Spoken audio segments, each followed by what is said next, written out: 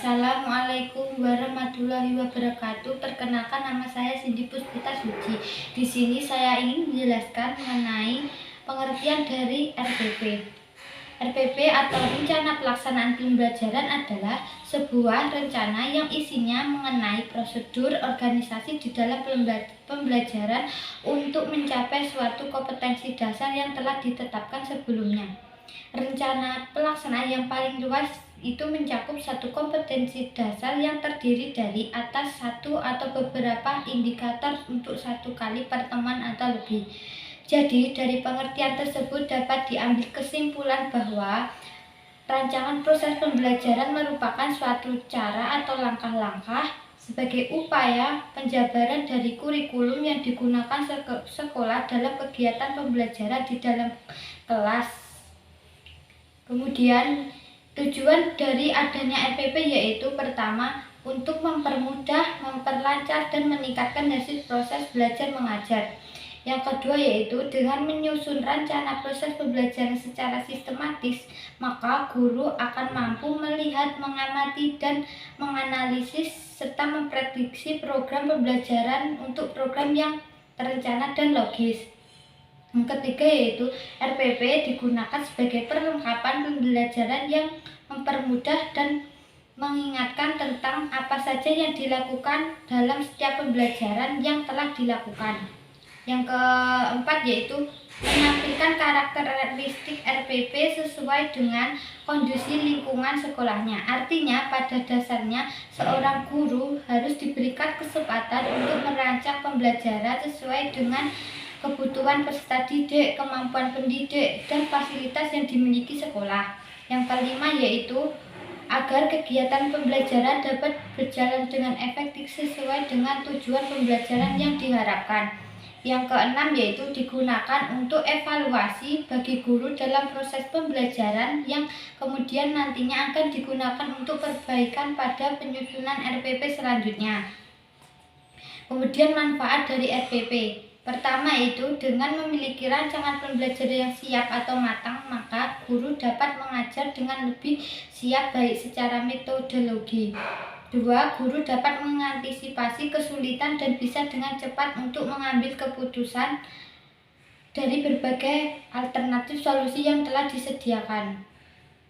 Yang ketiga yaitu guru dapat mengoptimalkan waktu dan memanfaatkan waktu sumber daya yang dimiliki. Yang keempat yaitu guru dapat memprediksi dengan cermat tingkat keberhasilan pencapaian dalam tujuan pembelajaran.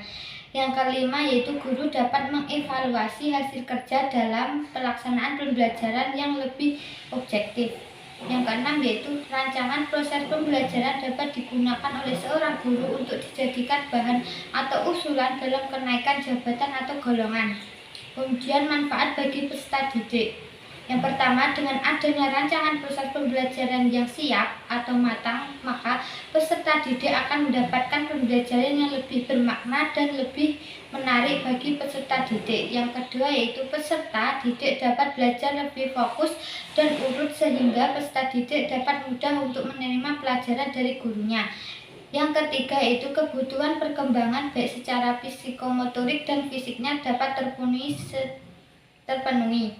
Yang keempat yaitu dengan perancangan yang matang, maka peserta didik dapat terus semangat dan minat belajarnya lebih tinggi.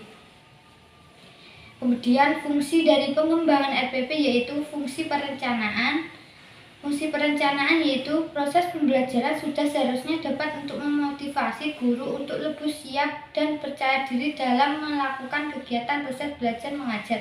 Yang kedua yaitu fungsi pelaksanaan. Dalam fungsi pelaksanaan, rancangan pusat pembelajaran harus disusun secara sistematik, utuh, dan secara menyeluruh dengan beberapa kemungkinan penyesuaian dalam situasi. Yang ketiga yaitu fungsi selektif. Untuk mencapai suatu tujuan atau sasaran dalam pembelajaran pasti dihadapkan berbagai pilihan strategi melalui proses perancangan dan dapat digunakan untuk menyeleksi strategi mana yang dianggap lebih efektif dan efisien untuk dikembangkan. Yang keempat yaitu fungsi komunikatif. Rancangan proses pembelajaran harus dapat menjelaskan kepada setiap orang yang terlibat baik kepada guru, siswa, kepala sekolah, ataupun kepada pihak eksternal seperti orang tua dan masyarakat. Yang kelima yaitu fungsi prediktif.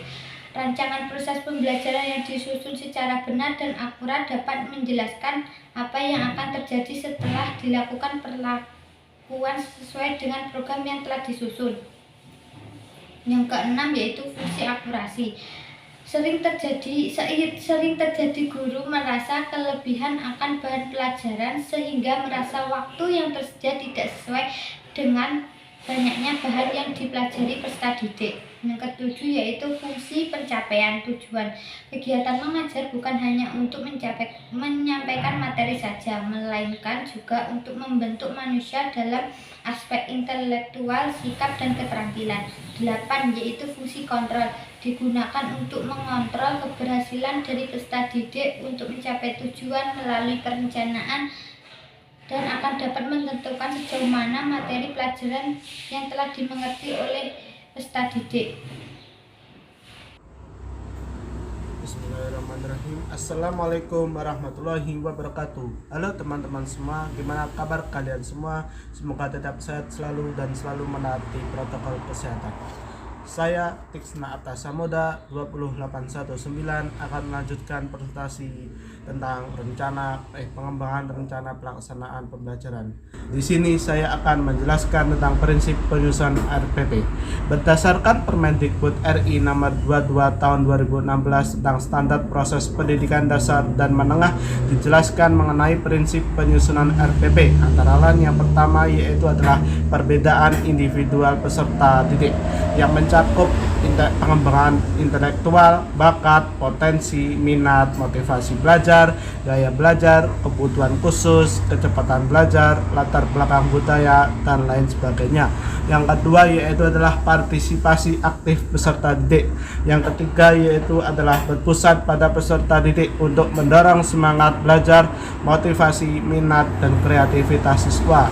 Yang keempat yaitu adalah pengembangan budaya membaca dan menulis yang dirancang untuk mengembangkan kegemaran membaca, pemahaman beragam bacaan. Yang kelima yaitu adalah pemberian umpan balik dan tindak lanjut dari RPP tersebut, mulai dari pemberian remedi, pengayaannya. Pemberian pembelajaran diberikan sesuai dengan pemahaman peserta didik tersebut. Yang keenam yaitu adalah penekanan pada keterkaitan dan keterpaduan antara komponen RPP, antara lain yaitu KD, materi pembelajaran, kegiatan pembelajaran, indikator pembelajaran, kompetensi, penilaian, dan lain sebagainya. Yang ketujuh yaitu adalah mengakomodasi pembelajaran tematik terpadu, keterpaduan lintas mata pelajaran, lintas aspek belajar, dan keragaman budaya. Yang kedelapan yaitu adalah penerapan teknologi informasi komunikasi secara terintegrasi, sistematis, dan efektif. Berbagai prinsip ini bertujuan agar memberikan informasi kepada pembaca yang lengkap dan dapat dipahami sebagaimana mestinya. Selanjutnya saya akan menjelaskan tentang ruang lingkup dan komponen dari RPP. Yuk langsung saja. Yang pertama yaitu adalah mencantumkan identitas. Di sini berisikan informasi tentang nama sekolah, mata pelajaran, kelas, semester, SK, KD, alokasi waktu. Hal yang harus diperhatikan yaitu adalah RPP disusun untuk 1 KD. SK, KD, dan IPK dikutip dari silabus yang disusun oleh satuan pendidikan. Yang ketiga, alokasi waktu ditentukan sesuai dengan keperluan untuk pencapaian KD.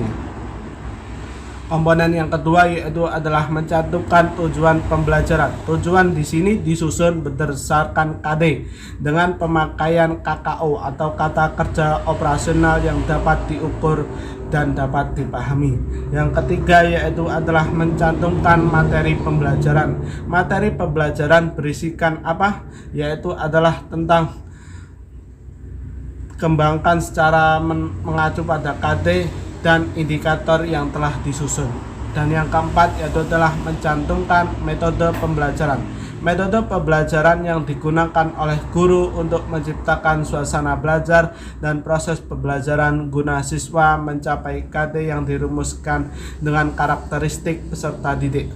Yang kelima yaitu adalah mencantumkan langkah-langkah kegiatan pembelajaran mulai dari pendahuluan, kegiatan inti, dan kegiatan penutup. Yang keenam yaitu adalah mencantumkan sumber belajar. Sumber belajar adalah pemilihan yang berdasarkan pada apa yang telah dirumuskan dalam silabus. Sumber belajar mencakup sumber rujukan, lingkungan, media, narasumber, alat, dan bahan. Yang ketujuh yaitu adalah mencantumkan penilaian. Penilaian dijabarkan ke dalam teknik penilaian yang bentuknya instrumen dan instrumen yang dipakai untuk mengumpulkan data. Penyajian dapat dituangkan dalam berbentuk matrik atau horizontal ataupun vertikal. Selanjutnya yaitu adalah format dan contoh dari RPP. Sebetulnya ya teman-teman, tidak ada format baku terhadap susunan RPP ini, asalkan semua komponen sudah ada dan dapat dipahami oleh pembaca, itu sudah termasuk RPP yang benar. Di sini saya lampirkan RPP berdasarkan guru dari SMPN 4 Ponorogo yang saya baca, yang saya dapatkan di magang 1. Oke, silakan dicermati materi yang kami sudah bawakan. Bila ada yang ditanyakan, kita bisa diskusikan di Google Classroom. Cukup sekian dari kelompok 4, kurang lebihnya mohon maaf yang sebesar-besarnya. Sekian, wassalamualaikum warahmatullahi wabarakatuh.